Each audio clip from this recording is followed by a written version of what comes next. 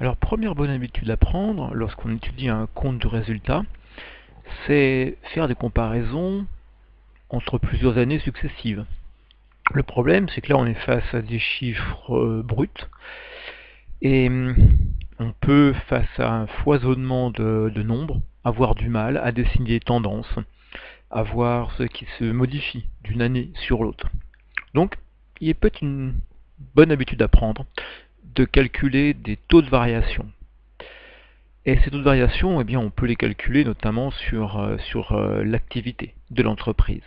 Donc, tout d'abord, les taux de variation de l'activité, ça peut être un taux de variation de la valeur ajoutée, ça peut être des taux de variation sur tous les éléments qui composent les différents sols intermédiaires de gestion, jusqu'au calcul du taux de variation du résultat net lui-même.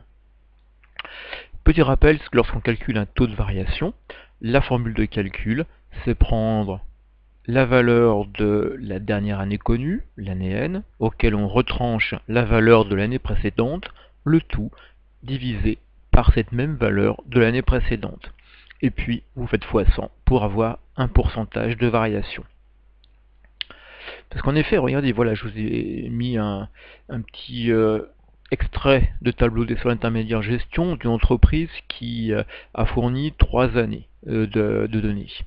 Alors ici, c'est une entreprise qui est une entreprise en fait de restauration, donc il y a uniquement de la production vendue, pas de marchandises vendues, pas de stock, pas d'immobilisation. Alors là, quand vous regardez ça sur les 3 années, ouais, vous voyez effectivement que la production vendue, production de l'exercice, augmente en N-1, mais diminue en N, et puis on a des consommations et la valeur ajoutée, il y a quelque chose qui se passe, mais plutôt assez compliqué d'en parler. La bonne idée, eh bien, c'est de faire les calculs de variation. Ce calcul de variation, je dirais, se fait en 2 étapes. Première étape, je vais faire un calcul de variation sur l'intégralité de la période. J'ai des informations de n-2 à n, et bien je regarde comment ça se passe en termes de variation pour ceci. Et ainsi, je peux voir que la production de l'exercice sur ces 3 années augmente de 11,2%. L'autre bonne habitude, eh bien, c'est de pouvoir faire un calcul de variation d'une année sur l'autre. Ces 11,2% d'augmentation de la production de l'exercice, en fait, font apparaître 2 tendances. Une première tendance qui est celle de l'augmentation N-2 à N-1, où là l'augmentation est plutôt faible, 1,90% d'augmentation, et une deuxième période où là on a une accélération, on a une croissance forte de 9,1%.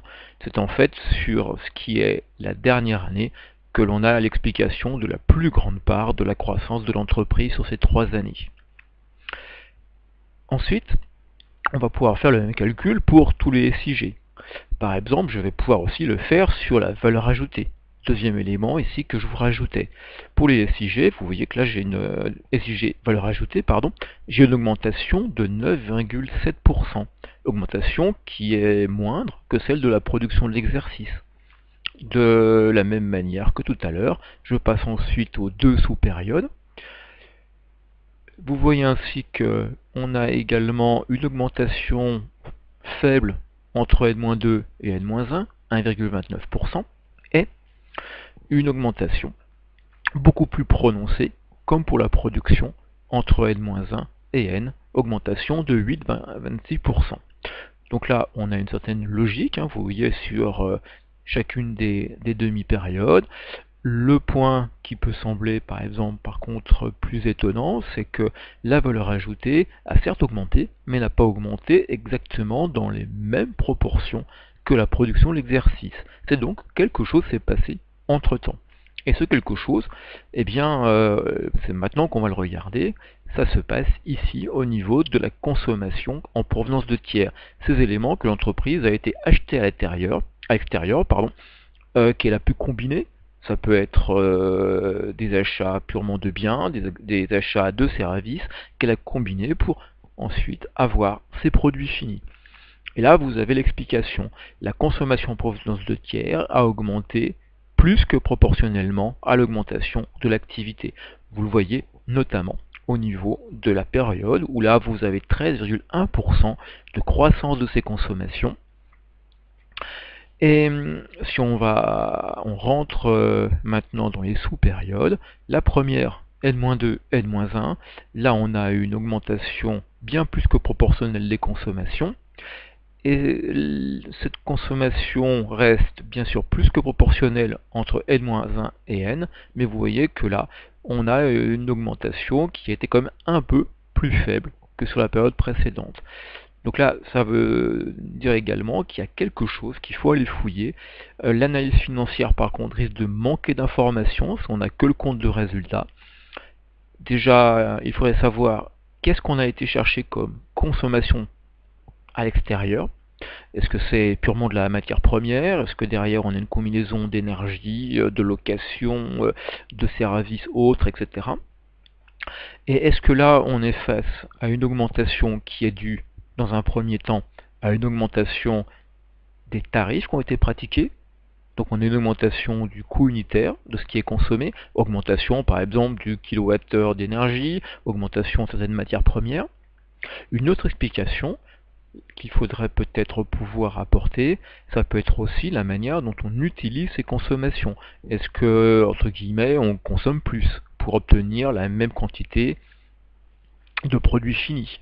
Ça peut être bien sûr une combinaison des deux. Donc là, on a un moment où il faut peut-être aller plus loin en ayant une connaissance des marchés et également où l'entreprise se fournit. Pas simplement, ici on est face à une entreprise d'hôtellerie-restauration, elle consomme donc au niveau du restaurant par exemple beaucoup de matières premières d'origine agroalimentaire. Est-ce que par exemple les tarifs de la viande ont augmenté fortement ces dernières années, ou des fruits, des légumes, etc. Donc cette connaissance des marchés, de matières premières, de services associés, permet aussi de mieux comprendre les choses. On ne peut pas seulement rester sur ces chiffres. Ensuite, il peut être bon de faire des comparaisons entre soldes. Donc ce qui demande plusieurs années de données. On peut aussi les suivre graphiquement, ce qui est beaucoup plus intéressant encore que ce qu'on vient de faire, peut-être quelquefois, en tout cas beaucoup plus parlant et beaucoup plus pédagogique lorsqu'on est face à un public, et d'autant plus que c'est un public qui n'est pas forcément un public habitué, un public d'initié à l'analyse financière. Donc là, je vous ai mis un petit exemple de présentation graphique où je représente sur plusieurs années l'évolution, par exemple, du chiffre d'affaires, de la valeur ajoutée, de l'excédent brut d'exploitation. Et puis, vous voyez par exemple la courbe bleue qui est celle du chiffre d'affaires et la courbe jaune qui est celle de la valeur ajoutée, eh bien, semble croître en partie dans les mêmes proportions. Mais je dis seulement en partie parce que vous voyez que lorsqu'on passe de 1 à 2, eh bien, la valeur ajoutée donc, augmente moins que le chiffre d'affaires. Par contre, quand vous passez de la période 2 à 3, vous voyez que le chiffre d'affaires augmente cette fois-ci moins vite que la valeur ajoutée. Et puis sur la période 3, c'est la situation de nouveau initiale. Le chiffre d'affaires connaît une croissance plutôt importante. Vous voyez quoi, on passe de 5, légèrement plus de 5 à un peu plus de 6. Par contre, la valeur ajoutée, très graphiquement, c'est pas tout à fait la même chose. Même chose pour le BE. Donc ça a quelquefois l'avantage, lorsque vous présentez ça sous forme de courbe, quelquefois de camembert, ou de rendre la chose plus vivante. Attention bien sûr de ne pas tomber dans un excès d'effets quelquefois trop spéciaux. Il ne faut pas non plus qu'on tombe dans un élément purement gadget. Un ou deux, trois graphiques bien pensés peuvent effectivement soutenir une présentation orale, également un document écrit.